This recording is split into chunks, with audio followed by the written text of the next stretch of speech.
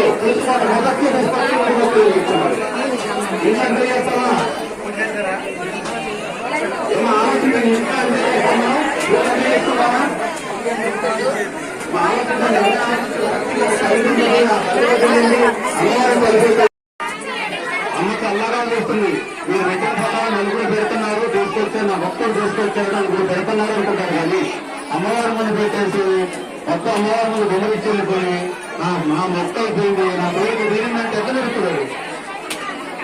అమ్మ ఆలోచించండి. అక్కడ చూసారు, ఇప్పుడు చూస్తే బాగా అనిపిస్తుంది. అక్కడ అమ్మవారు కనిపించట్లేదు. నేను ఇప్పుడు దాకా చెప్తున్న అమ్మవారే 400 సంవత్సరాల నుంచి అదే రూపంలో ఉన్నారు. మీరు వెలిగిస్తున్నారు కదా, ఊరు బస్తీలు కొబ్బరికాయలు కొడుతున్నారు కదా, అమ్మవారు పసుపు కుంకుమ వెళ్తున్నారు కదా, అమ్మవారు నెత్తి మీద చల్లుతున్నారు కదా. పసుపు కుంకుమలు ఎక్కడ చల్లాలా, ఎక్కడ చల్లాలి తెలుసు కదా మనకి. ఏదో కొద్దిగా తెలుసు కదా మనకి. ఎక్కడ చల్లుతాం? నా పాదాలకు వెళ్తాం, కొబ్బరికాయలు కొట్టుకుంటాం, అన్ని అసలు ఎక్కడ వెళ్తున్నారు? నేను ఇప్పటివరకు చెప్తున్న 400 సంవత్సరాల పైగా తల్లాడిని కాపాడిన తల్లి మీరు అక్కడ పూజ చేస్తున్న తల్లి. మనసులో పెట్టుకున్న మొక్కలైనా ఇప్పుడు కాకపోయినా ఇంక వెనక వచ్చేవాళ్ళైనా సరే, తర్వాత వచ్చేవాళ్ళైనా సరే, ముందైనా సరే అక్కడ గుర్తు పెట్టుకోండి. 400 సంవత్సరాల నుంచి తల్లాడిని కాపాడిన తల్లి ఆమె.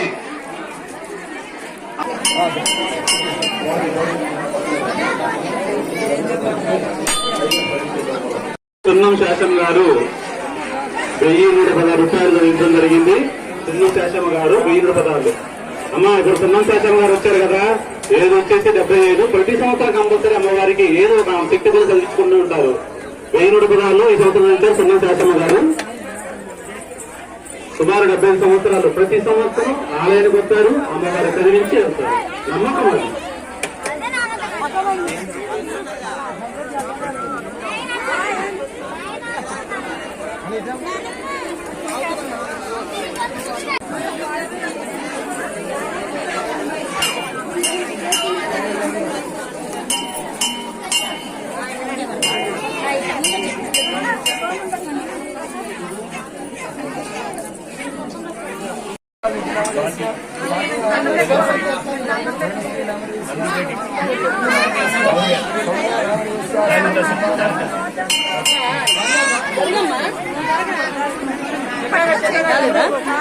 సరే సరే ఓకే पुरंशलगोत्रोद्भवस्य फणीन्द्रनाथनामदेस्य कृष्णावतीनामदेस्य जयस्त्रीनामदेस्य सात्विकानामदेस्य सहकुटुम्बानां श्रीमस्त्या विमुक्तस्तु श्री कोडमैशामिकादेवी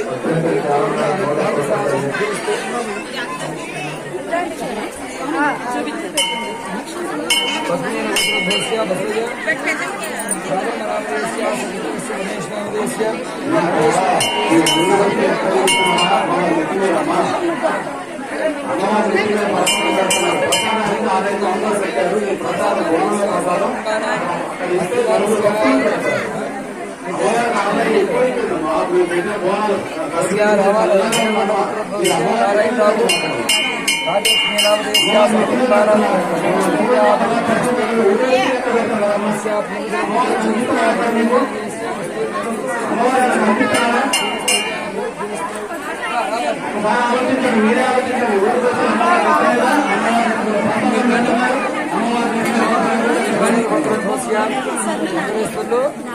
నాగమణి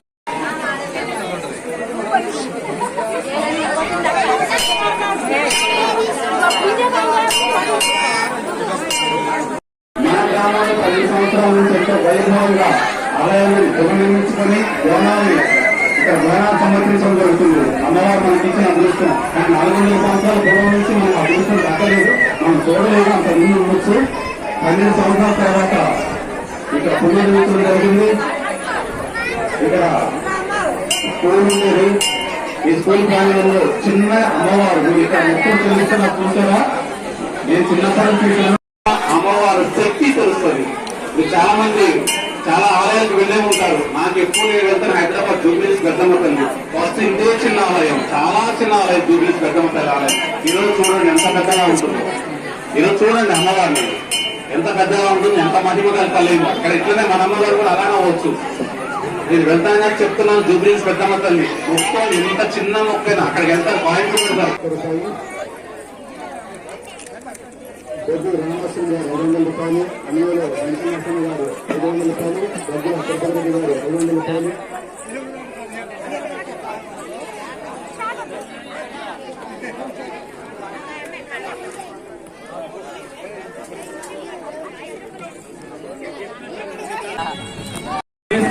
తీసుకున్నారు అక్కడికి వెళ్ళి వాళ్ళు అదేనమ్మా కదలండి. వెంకటరమణ ఇబ్బంది పడుతున్నారు కదా, అట్లనే అట్లా బుర్రా వెంకటేశ్వర గారు ఆలయం కోసం 101 రూపాయలు ఇవ్వడం జరిగింది. బుర్రా వెంకటేశ్వర గారు ఆలయం కోసం 101 రూపాయలు ఇవ్వడం జరిగింది.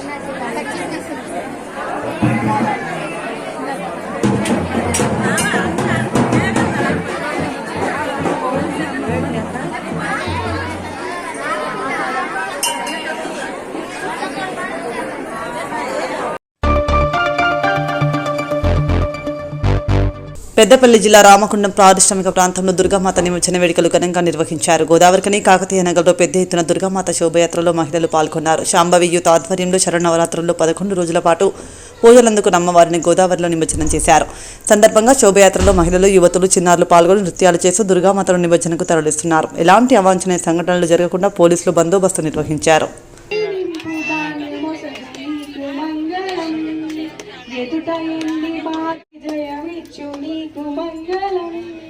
బిడ్డలున్న అమ్మ కంటిలోన వెలుగు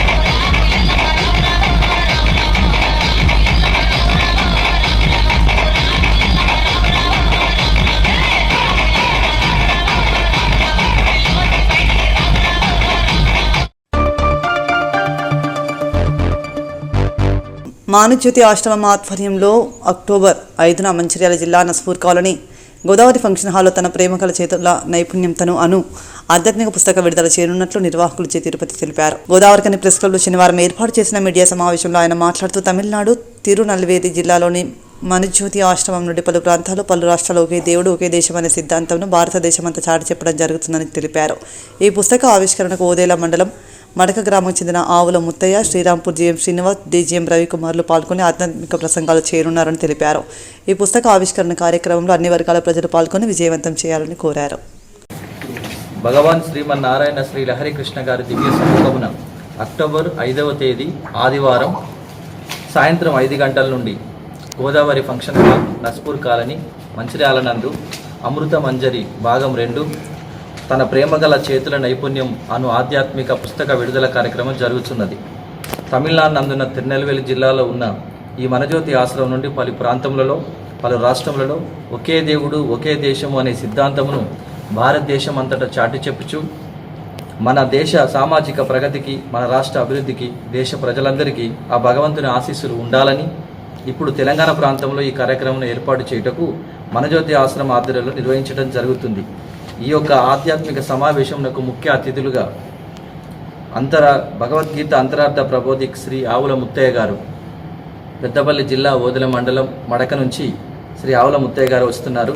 ఆ తర్వాత Srirampur division general manager Shri Srinivas గారు మరియు డీజీఎం జి రవికుమార్ గారు వస్తున్నారు.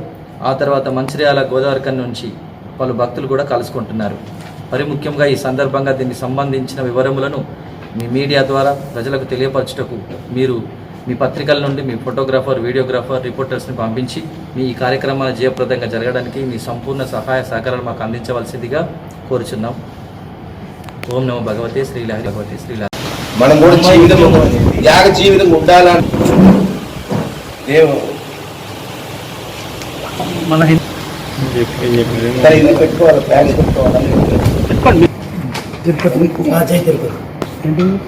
రవికుమార్ సమ్మయ్య గారు ఉన్నారా? సమ్మయ్య అక్కడ మంచిర్యాలలో వివేకానంద మనోడు ప్రతినిధి. ఇక్కడ ఉన్నది పేరు చెప్పురి, 6 పేరు చెప్పురి.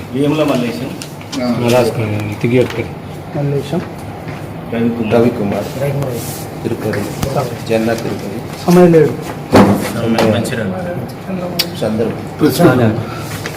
చంద్రబాబు, శ్రీనివాసుడు.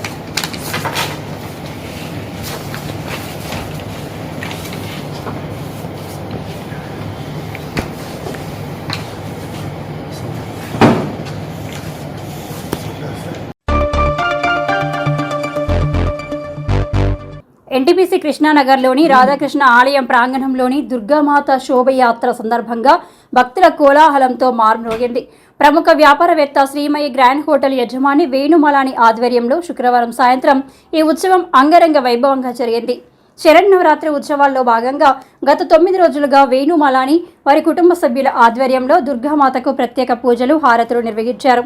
శోభయాత్ర సందర్భంగా శ్రీధర్ ఆచార్యుడు అమ్మవారికి శాస్త్రోక్తంగా హారతి పూజలు నిర్వహించారు. ఈ కార్యక్రమంలో మహిళలు కోలాటాలతో, డీజే పాటలతో నృత్యాలు చేస్తూ ఉత్సాహంగా పాల్గొన్నారు. భక్తులు దుర్గామాత వ్రతానికి తాళ్లు కట్టి లాగుతూ భక్తి శ్రద్ధలతో ముందుకు సాగుతూ శోభయాత్ర ఉత్సాహంగా జరిగింది. ఉత్సవాలను గమనించేందుకు పెద్ద సంఖ్యలో భక్తులు హాజరయ్యారు. వేణుమాలాని మాట్లాడుతూ గత 7 సంవత్సరాలుగా దుర్గామాతను ప్రతిష్ఠించడం జరుగుతుందన్నారు. ప్రతి సంవత్సరం అమ్మవారి నవరాత్రి ఉత్సవాలను ఘనంగా నిర్వహిస్తున్నామని, ఇది భక్తుల సహకారంతోనే సాధ్యమవుతుందన్నారు. ఈ సందర్భంగా భక్తులందరికీ ప్రత్యేక కృతజ్ఞతలు తెలియజేశారు. ఉత్సవాల అనంతరం దుర్గామాత విగ్రహాన్ని గోదావరి నదిలో శోభాయమానంగా నిమజ్జనం చేశారు. ఈ కార్యక్రమంలో ఒల్లాల సురేష్ తదితర భక్తులు పాల్గొన్నారు.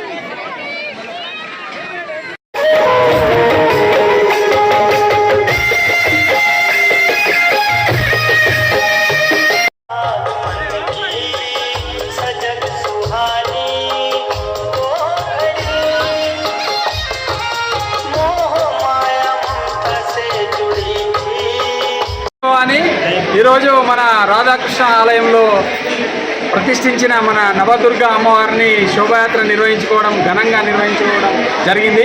దీనికి అధిక సంఖ్యలో మన కృష్ణానగర్ నుంచే కాకుండా వివిధ ప్రాంతాల నుంచి కూడా భక్తులు వచ్చి ఈ శోభాయాత్రను దిగ్విజయం చేసినందుకు వారికి కృతజ్ఞతలు.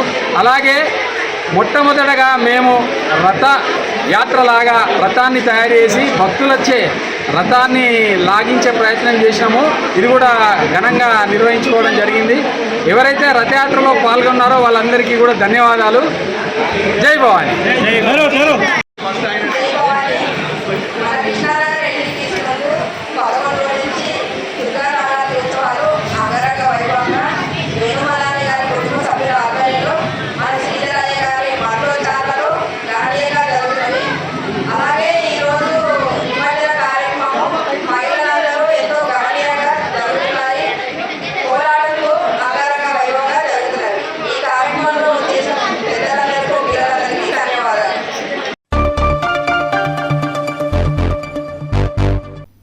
ఇంతటితో వార్తలు సమాప్తం. నమస్కారం.